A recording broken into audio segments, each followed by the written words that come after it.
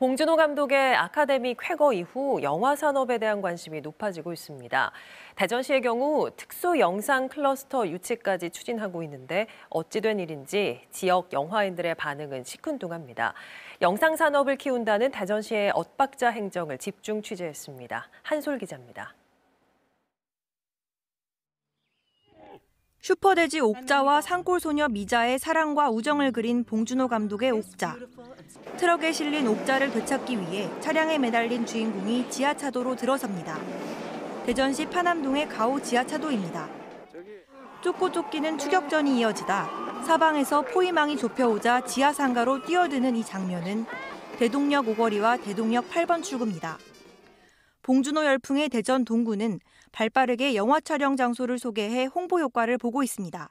알고 이렇게라도 연관을 지어서 홍보를 해보자 해서 홍보를 했는데 SNS에서 파급력도 크고 그 포털 사이트 메인에도 올라갔어요. 그래서 나름대로 기생충은 아니더라도 제 쏠쏠한 효과를 봤습니다. 하지만 딱 여기까지였습니다. 2시간의 러닝타임 중 대전이 나오는 부분은 약 5분. 국내 촬영 대부분을 대전에서 하겠다는 제작사 측 제안을 대전시가 거절했습니다. 통행 제한 등 민원을 우려했기 때문입니다. 영상 산업을 키우겠다던 대전시의 엇박자는 이뿐만이 아닙니다. 지난달 영화나 드라마의 지원 전담 부서인 영상사업단을 폐지하기도 했습니다. 그러니까 영상사업단의 폐지라기보다는 개편이 정확한 표현이고요. 저희가 즉흥적으로 한 게 아니라 2017년에 이미 저희가 조직 개편에 대한 중장기 전략을 수립했었어요. 그 연구 용역에서 이러한 개편의 필요성이 이미 제시되어 있었습니다. 네, 현장을 취재한 한솔 기자와 계속해서 이야기 나눠보겠습니다. 한 기자, 앞선 리포트를 보고 나니까 결과적이기는 한데요. 대전시가 봉준호 감독의 전작을 통해서 홍보 기회를 좀 잡을 수 있었는데 놓친 것 같아서 아쉬운 마음이 들었습니다. 대전이 원래 영상 산업을 주요 산업으로 추진해 왔나요? 네, 본격적으로 산업을 시작한 거는 2, 3년 전입니다. 영상 산업 메카를 표방하는 것 치고는 다소 늦게 뛰어든 편인데요. 지자체별 관련 진흥 조례를 만든 시기를 살펴봤습니다.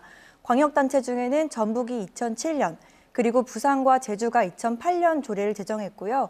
대전은 2017년 말이니까 10년 정도 차이가 납니다. 네. 같은 해 그러니까 2017년 이맘때쯤 대전시는 한국콘텐츠진흥원이 운영하는 스튜디오 큐브를 유치해서 전국 최대 규모 실내 세트장이 대전에 문을 열기도 했습니다. 늦게 시작한 만큼 어떤 파격적인 지원이나 정책이 있어야 할 것 같은데 규모가 어느 정도인지 궁금하네요. 네, 아직까지는 열악한 상황입니다. 다른 산업과 마찬가지겠지만 그 영상 산업도 수도권 쏠림 현상이 심합니다. 영상 산업 사업체 수만 봐도 절반 정도는 서울을 비롯한 수도권에 쏠려 있습니다. 대전시는 산업체 수만 놓고 보면은 광주시와 영상 산업 규모가 비슷한데요. 그런데 내용을 좀 짚어볼 필요가 있습니다. 영화 같은 부가가치가 큰 콘텐츠를 만드는 업체 비중이 작다는 게 문제입니다. 영상 산업에서 부가가치가 많이 나오는 산업, 바로 영화 산업인데요. 대전에 기반을 둔 영화 제작 업체는 11곳으로 광주의 절반을 기록했습니다. 그리고 마찬가지로 소위 돈이 되는 애니메이션 제작사도 4곳에 불과해서 광주의 4분의 1 수준이었습니다. 부산이나 대구, 인천 같은 다른 광역시와 비교해도 경쟁력이 떨어집니다. 그리고 업체 수 대비 매출액이나 종사자 수도 나란히 저조했습니다. 관련 산업이 발달한 수도권과도 지리적으로 가깝고 또 스튜디오 큐브도 지었는데 큰 효과가 없다는 건가요? 네, 말씀하신 것처럼 지리적인 이점과 대규모 시설이 있는데도 불구하고 뚜렷한 선호 현상은 아직까지는 없습니다. 네. 스튜디오 큐브는 쉽게 말해서 영화나 드라마 촬영을 위한 대규모 실내 세트장입니다. 2017년 대전시 도룡동에 들어섰는데요. 실내 촬영장으론 국내 최대 규모입니다. 대전시가 대전의 노른자 땅인 엑스포 과학공원 부지에 30년 무상 임대를 조건으로 유치하면서 당시 관심이 컸는데요. 그런데 이 시설이 당초 기대에 못 미치는 효과를 내면서 대전시가 유치만 해놓고 제대로 활용하지 못한다는 지적이 나오고 있습니다. 이유가 뭔지 추가 취재했습니다. 2017년 화려하게 문을 연 스튜디오 큐브.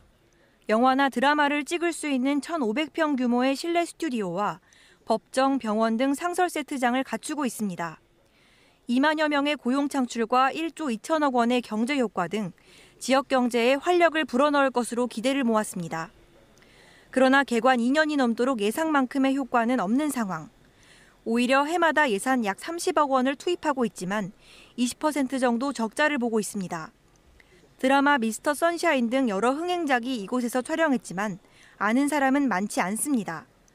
보안 유지를 이유로 제작사가 실내 세트를 공개하지 않는 경우가 많아 홍보가 어렵고 같은 작품을 촬영했지만 논산 선샤인랜드만 관광지로 남은 것처럼 실내보다는 야외 세트장이 더 알려지는 측면도 있습니다. 지역 연계성이 떨어진다는 지적이 나오는 이유입니다.